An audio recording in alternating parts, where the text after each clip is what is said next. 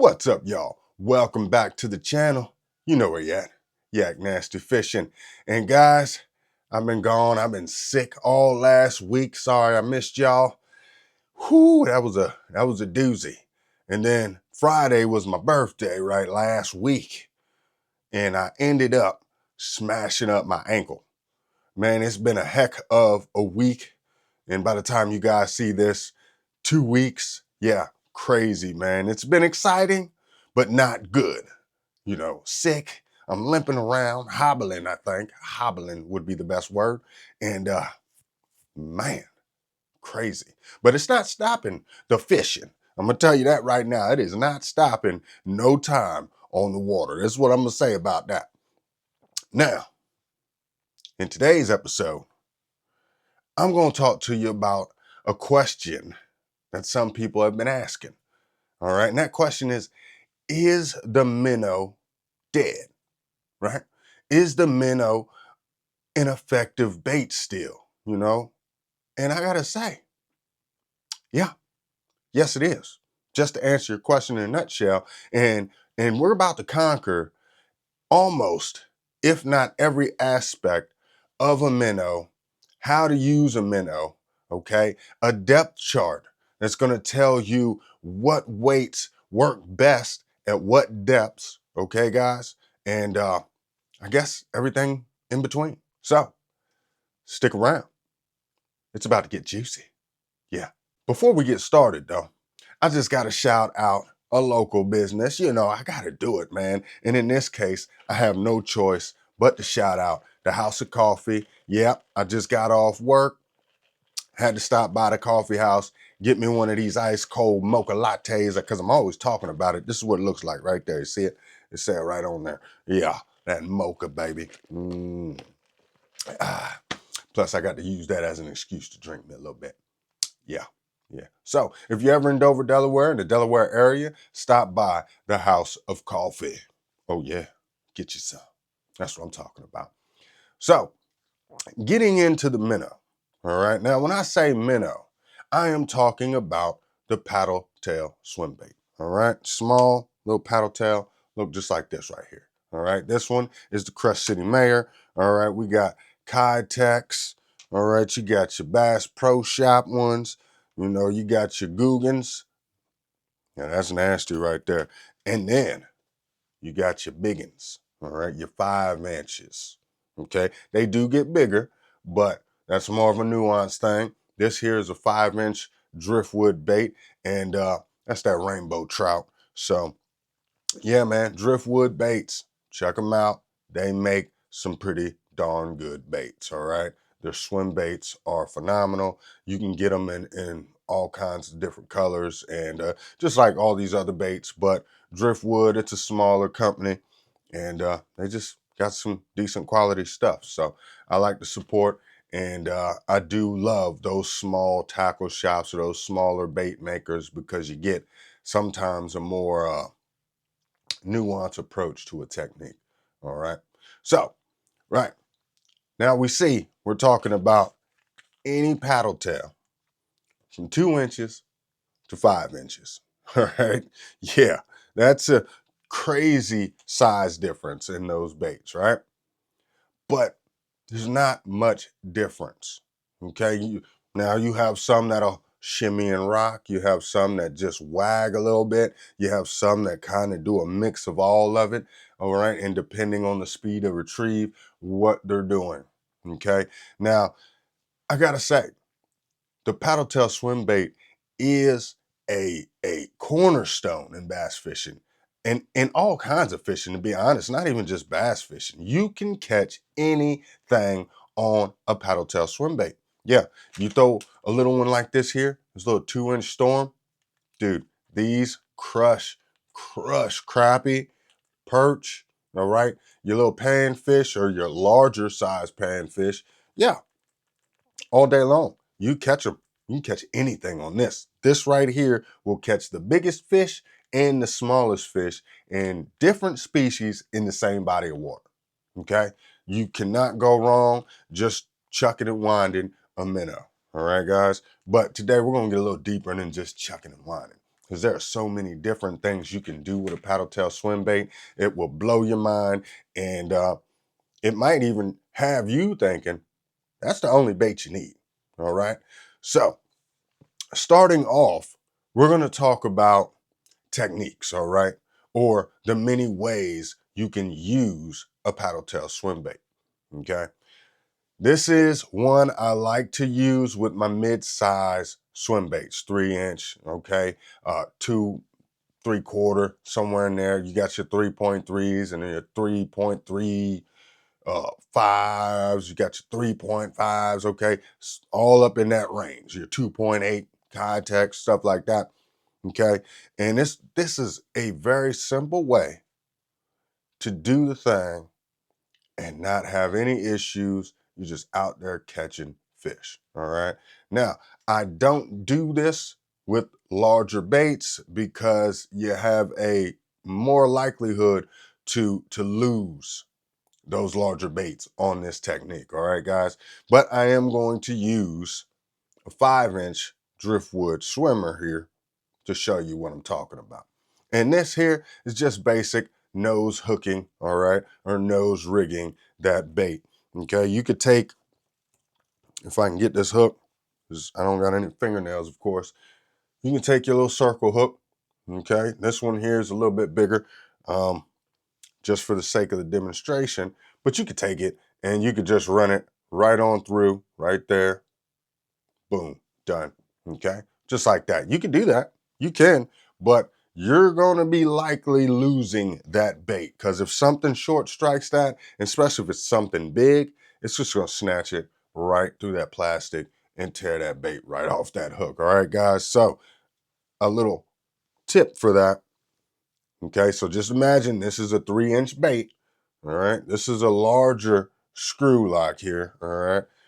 For this bait, and you're just going to take that in there, and then you're just going to do that right there. All right, so you're going to get this as far down into the bait as you can. All right, even going past the plastic. You see, that's still too far out, guys. So you don't want to go there. You want to go in, even pushing the nose of the plastic in just a little bit so you can get it down inside, just like that. See, you can't see it. It's already gone. All right. And you take and you find the eye of that screw lock. Right? There we go. And once you find it, you hook right into it. There you go. Bam. Right in that there. And you can tug it. You see, I'm pulling on this thing. It's not going anywhere. You can just tug all day long. You will keep that bait a lot longer. Okay. You can fish that bait a lot longer. Okay. If you throw that screw lock in there. I love doing it with my smaller paddle tails because it just gives it a more natural action. I don't really put a loop knot on anything. All right. I use a Palomar knot on everything. Okay. But you can do a loop knot to that and peg you a little small bullet weight and a little worm weight, something like this up on the line. You can just peg that up there, a little 16th ounce tungsten, and you can work that.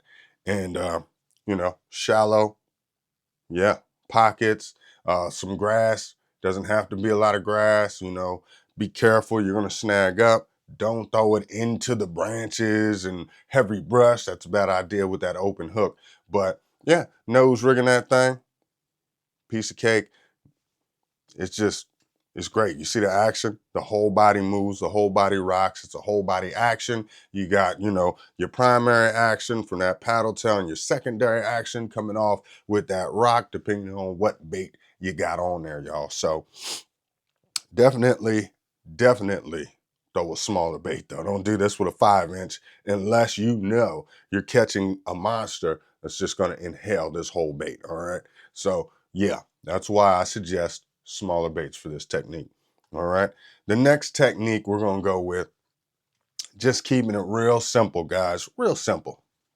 A kill weighted EWG hook, man. Just like that. Just that simple. All right. Now, depending on the depth that you're trying to focus on, which we're going to get to in the depth chart, depending on the depth you're trying to focus on is going to determine what size weight you're going to be throwing. All right. Most of the time, I'm throwing an 1/8 ounce or 16th ounce. I don't have to throw a whole lot of bigger weight. Well, I said a whole lot bigger weight. Excuse me. I don't have to throw a whole lot of weight on my baits because I don't fish past a certain depth. All right, guys. Unless I'm somewhere where I have to fish deeper, clear water, stuff like that. But most of the time, it's a 16th ounce, it's an 1/8 ounce because I'm fishing in shallower water. All right. So you get that good old kill weighted hook. See, this one here has the screw lock. Yes, I love a screw lock kill weighted hook, but as you see, this one won't make a difference, guys. This right here, it's gonna do the same thing. So no biggie. All right. You don't have to focus on the screw lock, but I do love a screw lock. All right, especially when I'm throwing into my lily pads and stuff, and that just kind of brushes by all the debris and cover. All right, guys. So yep, be mindful. I'm throwing this into the junk. So like that nose rigging, okay? We're not throwing that in the junk. That we're throwing in the junk. We're throwing it in the pads. We're throwing it in the brush and around brush, in the grass, around the lumber. We're throwing that in all of it, okay? And we're working it every which way. We can even work it on the bottom, okay, guys? So that kill weighted hook for your paddle tail is a great way to catch fish in any situation, okay? You can even throw that in open water. It won't make a difference, but you will be weedless, right? So you could throw it wherever you want. And sometimes I throw one of those on just kill weighted, just like what you just seen here. Yeah, I'm gonna show you again. You'll take that, and on here is a kayak, you just by itself, and just that'll be the only thing you have to take that day. A pack of those baits and a couple of more hooks just in case you get lost in the sauce or something bigger gets you, or you come across some toothy critters like pickerel or snakehead. Okay, they will break you off something vicious, and there's nothing you can do about it. So yeah, that's really all you need. If you got one rod, kill weight it, throw it, bam, done. You can throw it wherever you want. You can work the bottom. You can work it mid column. You can do so many different things just with that one technique, guys. It is crazy talk. Yeah. So with that being said, we're gonna move on because we got the kill weighted hook, right? The belly weighted hook. We got our nose rig. But now we're gonna move on to something very similar. So basic, but it gets the job done. And it does. You could throw that thing anywhere as well, 4x4 style, just like that. Kill weighted hook on that EWG style. We're just going to Texas rig it, okay? Texas rig. It's the same thing as that kill weighted, but the weight is going to be up front, okay? 16th ounce, 1/8 ounce, half ounce, whatever you want to throw up there, whatever depth you're trying to get to, you can peg it up there or you can let it loose and just do your thing. You can work it on the bottom. I love working it on the bottom that way, and just give it some pops and give it some erratic action, and it looks like a dying bait fish down in that column. And it's also very weedless, and you can throw it anywhere, and you can throw it weightless. Oh my God, if you throw a weightless Texas rig, you know you're only working that top column, right? So you can work that, and it just looks like a dying bait fish, or one trying to get away and scurry away, escape or something like that, cause a good reaction to strike. And guys, all day long. I did this weightless tournament #1, and I'm telling you too much because that's about to be coming out here in the next few days, maybe next week. Yeah, if I can get her done, all right. But tournament #1, this is all I threw was a weightless paddle tail. That's how I caught all my fish that day, guys. Yeah, and was very successful doing it. Yeah. Yeah. Not to give you no spoilers, right? But it was successful doing it. So the Texas rig, of course, I'm always pairing it, like I said, 1/8 ounce, 16th ounce worm weight. I might peg it, I might not. I might put a bead on there, I might not, but there's different variations. You could do different things, put a little rattle inside there and work it. Oh my gosh, dude. Crazy, crazy bites, man. But you'll get the big ones and you'll get the small ones. So, it'll be a mixed bag. I just want you to know. but you're going to be catching. That's the whole point. You're going to be catching. All right. So let's go move along to another weedless setup. As you see, I gave you one where you can get snagged up. It's an open hook, right? But this one is crazy. Kill weighted underspin, all right? Or just the underspin in general, right? So you can get a regular jig head with an underspin. What VMC's got some nice underspins as well. I love using that VMC underspin. I don't have one in front of me, but it's all good. So underspin, dude. Throw that paddle tail, and you see this is a completely weedless. You notice a trend. I throw a lot of weedless presentations anyway. All right. I like to throw my baits in the junk. I like throwing them in where you probably shouldn't be throwing stuff. That's what because where would you hide as a predator? That's how I look at it. Where would I hide? Where would I ambush food as a predator? And then I throw in there. All right, those dark holes that are right behind the cover there, that's in the docks, under the docks, all the craziest things. You want to go weedless. You want to go snagless presentation. And this underspin works wonders, man. You can work it if you're working rocks. You can tap it on the rocks, ting, ting, ting, make a little noise, okay? The vibration coming from that blade. This is a willow blade, so it's going to sound more shaddy, okay? It's going to sound like a shad, right? So it's going to be coming through there, and you're going to give it some erratic action. You're going to swim it. You're going to give it some pops. You're going to work that thing up and down. You're going to want that to look like it's a whole lot going on, and it's nothing but some plastic on an underspin. All right, guys. So this is a very effective way. I love fishing the underspin as well, and it's very weedless, as you can see. All right, another presentation. Okay, and this is probably the basic. Everybody knows this one, but it is the most used presentation I feel in minnow fishing today. All right, and that's just going to be your simple old little minnow jig heads, the little minnow heads, Look at that. Let's see. Can we get that on there? There you go.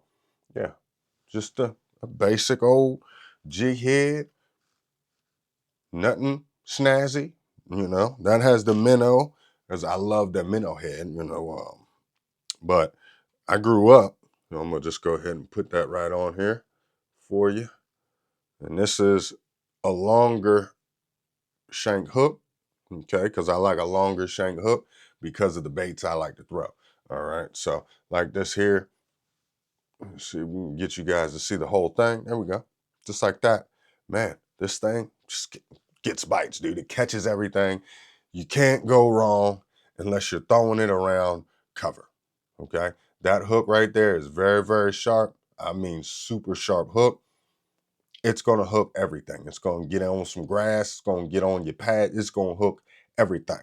All right, guys. So don't throw this into the junk. All right. Throw it in front of the lily pads. You could parallel it in front of the lily pads. That's a good place. In front of the grass line where that drop off starts right there, you could throw it right there, parallel it up in there. You can bring it across at the 45 and just kind of let it drop down with the depth change. All right. You're gonna want to, Alabama shake it a little bit, when you're just slow reeling and give it that little A shake, that Alabama. All right. Or you can kind of wind it straight back, give it some pauses, and then wind it. Okay, you can make it do some erratic stuff in the water, right? Just bap, bap, bap, bap, and bringing it in because you're causing that reaction strike at that point, guys. So when you got that going on real fast and a lot of action, you're causing a reaction. When you're slow winding that thing, yeah, that's just a fish that is hunting. It's hungry. It sees an easy meal. It's going to eat. All right, guys. So yeah, just a straight up old school right here. Bam. Okay. And I often throw, yeah, I go old school. Sometimes I like to paint them, color them up a little bit, but this one hasn't been done yet. But yeah, just a ball head jig, dude. Just very simple, round ball. Okay, guys? So you don't need a whole lot. And then if you don't have any of those, and I've done it, and it works. It's crazy. It works a little better than, yeah. Yeah. And when I tell you, you're gonna be like, no way, dude. Get a net head. All right. Get a net head. See, this is that VMC net head. You see, it's a little flat head right there. Yeah. Get you one of them little net heads. This is a 16th ounce net head. It goes perfect with that 2-inch Crust City Mayor right there. That's teeny. Okay. I think it's a 2.5-inch Crust City. I can't see the box or the clamshell up here. Yeah, you throw that thing right on in there. Bam. Just like that. There we go. Boom. And this is a very tricky, sneaky move I like to do. And this is my first time telling anybody, but yeah, you can work this bait a little bit slower. Okay.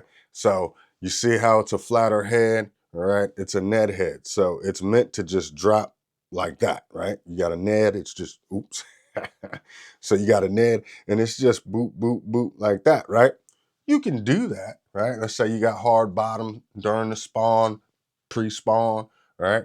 Even slightly post spawn, those little harder bottom spots. Right. Or you got a hole in the grass that leads to a hard bottom. You can throw that right in there and you can work it like a Ned, just like that. And it just looks like a bait fish trying to eat on the bottom, and you're just doing it how you would work a Ned rig, right? Same thing, like a TRD.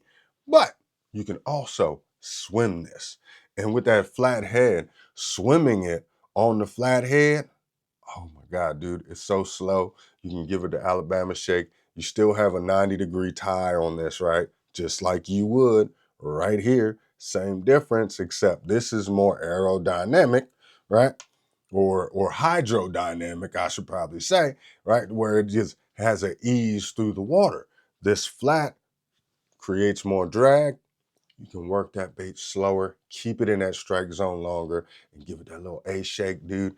Give it a little erratic action. It slows, it falls a little bit slower. Like, dude, this is a sneaky move. I'm sharing it with y'all because I love y'all and I want to see y'all catch more fish, right? And this catches biggins. Just this right here by itself. You see how natural that looks? That's pretty. That's pretty. That right there is going to catch every fish in that body of water. You can catch a catfish, you can catch a bass, you can catch a perch, crappie, walleye, whatever it is you're fishing for, trout, whatever it is you're fishing for. Maybe not a carp. Probably not a carp. All right. But yeah, this right here, come on, dude. Money all day. It's all you need. And you don't even need forward facing sonar. I don't even know why people all of a sudden got the idea that we need forward facing to throw a minnow. We don't. We don't. I've been doing this for so long, dudes. I've thrown minnows like this here on straight shank, what you call it? Straight shank eagle claws. You know, the little kind you get for $2. You get them and they come already pre-rigged with the little line on it with your little loop and stuff. Yeah, I used to cut all the line off, shove the straight shank down in here just like this, of course, no head, and I would throw them out there because that's all I could do at that time. I was riding my bike, as a kid. Stop in there, get some hooks. You fishing, catches fish. Even that catches fish. Okay, totally weightless with the spinning rod. Throw that thing out there, man. You're gonna get hooked up. You will get hooked up, guys. But for the most part, I think that is all the techniques. Yeah, yeah, for the most part, guys, I think that's all the techniques that we really need to focus on. Now, of course, you can definitely take this same hook and drop shot your paddle tail. Okay. Now, if you got a Z-Man, that will work because Z-Man floats. Okay. So the Elastec has a decent buoyancy to it. It doesn't like totally float. It's kind of almost a neutral buoyancy. So you can put that thing on a drop shot. If there any swimmer that you would do it with, it would be a Z-Man. I'm pretty sure there's one or two out there you can do it with as well. But a drop shot, you take that and you take your drop shots. You got your drop shot weight and all that. And it has to be a neutrally buoyant or, kind of a high buoyant type plastic to work with if that's what you're going to do. And that definitely gets bites. Yeah, for sure. For sure. I used a gilly, right? I was drop shotting a gilly. Now that's not a paddle tail, but it is a swim style bait, right? So I had that on a drop shot. It does not float.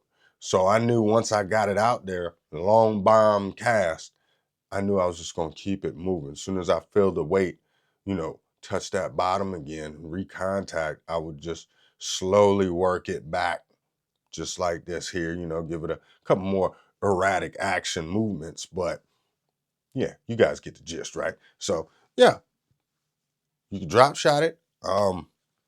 Everybody knows you can use a paddle tail, for a lot of different trailers, presentations as well, but we're not really going to dive into that part as trailers and what trailers I would use them for, what baits I throw them on. We're not going to dig that deep. This is just the paddle tails, all right? So as you see, man, there are different shapes, minnows, right? Different sizes. Okay. These baits right here, money. Okay. Now this is a 3.5-inch bait, and this is a 2.5-inch bait. If I'm correct about that, because I had all these baits. Yep, there we go. Yep. So 3.5, and what we got? 4-inch bait. I don't know what size bait that is. 3.8. Okay. Yeah. Okay. Yeah, I see it. All right. 3.5 and a 3.8. So 3.5 Guggen, 3.8 contact, and all the way up to like your 5-inch Bass Pro Shop swimmers. Now they don't come in a clamshell. Let's get to talking about the packaging. Now I love baits that come in a clamshell, like this Kitech, because I don't have to worry about it bending, getting misshapen, getting beat up, too bad where when you take it out and you go to throw it, it's going to be all crinkly and messed up. Okay. So these, I try to restack them as you can see, but you'll get some of them like that there, man. It is what it is. You can always take them out, put them on your deck, let them straighten out in the sun a little bit if you're already out. And that normally works, gets the kinks out, straightens it up a little bit. But I like to get baits, preferably in a clamshell. The flavor stays in there, you know what I mean? Or scent, I should say. Flavor, like I'm tasting it, I don't know. But the scent stays in there, okay? The shape of the bait is preserved and everything's protected. You can put stuff on here and it's still going to protect those minnows, you know what I mean? So I prefer the clamshell, but as you can tell, I do have some that just come the way they come, like Zoom flukes, you know what I mean? They just throw them in the bag, you get them, you take them, and what you do, you know what I mean? So you can lay them out on the deck, let them warm up, they'll get back to their form, and you'll be good to go in no time. Okay, guys?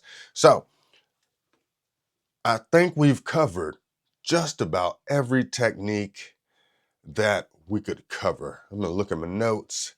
Yeah. All right. So let's get into some variables that you're gonna want to pay attention to. All right. Water.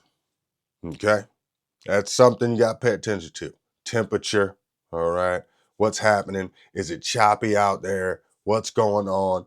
And a big one, clarity.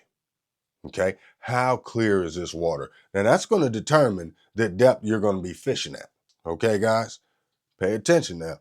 The clearer the water, the deeper you're going to have to fish. That's just what's going to have to happen because those fish can see you from further away. All right. So the deeper you're going to have to fish, the longer those casts are going to have to be. All right. That's going to take those fish down a little bit further where there's a little bit less light and perfect to hunt, right? So it's perfect hunting conditions, all right, guys? So you're going to want to pay attention to that as well, that clarity. Another big one is current, okay? Because when you're throwing something this light, you need to know what kind of current you're working with, okay, guys? I prefer if you have some current, this is what I'm going to tell you because you're going to be mad. trying to throw this 16th ounce in some current. It's just not going to work the way you want it to work. You're going to want to throw something a little bit bigger. Okay, that's normally when I kind of go to my quarter ounces if I'm on the river and it's got a little current going. If the tide's going out or coming in, something like that, then you're going to want to go ahead and put a little bit more weight on there. All right. So current and clarity when you're dealing with the water, you're going to have to be on that. Weather is another variable. Now, we all know the rain and all that good stuff, but the big part, when I say weather, I'm talking about wind, okay? What is your constant wind speed and what are your wind gusts like, okay? Because wind can mess up a day and you get out there and that wind is huffing and puffing, man.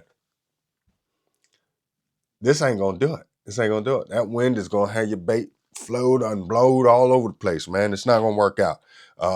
That's when you're also gonna have to step up that weight. Okay, you're gonna have to work that bait a little bit different if that's what you're gonna be doing. So, yep. So that wind, man, dude, it can be a killer because no wind can make for a stale hot day. No wind sucks some days. Well, most days out there on the water. Okay, no wind at all. It can be tough. All right, flat, calm, dead water. My gosh, you want a little bit of wind. Okay, just a little bit. You don't want a whole lot of wind. You don't want a whole lot of chop. Okay, you don't want that wind pushing too much current, against you as you're trying to fight it. You don't really want to do that. You know what I mean? Don't fight it. If you're gonna be in the wind, play with the wind, throw with the wind. All right, guys, that's gonna help you out a bunch. Get you some long, long casts in with the wind. Give that bait a little bit more time to get down the depth that you're trying to fish, and you can just work that bait kind of normal, okay?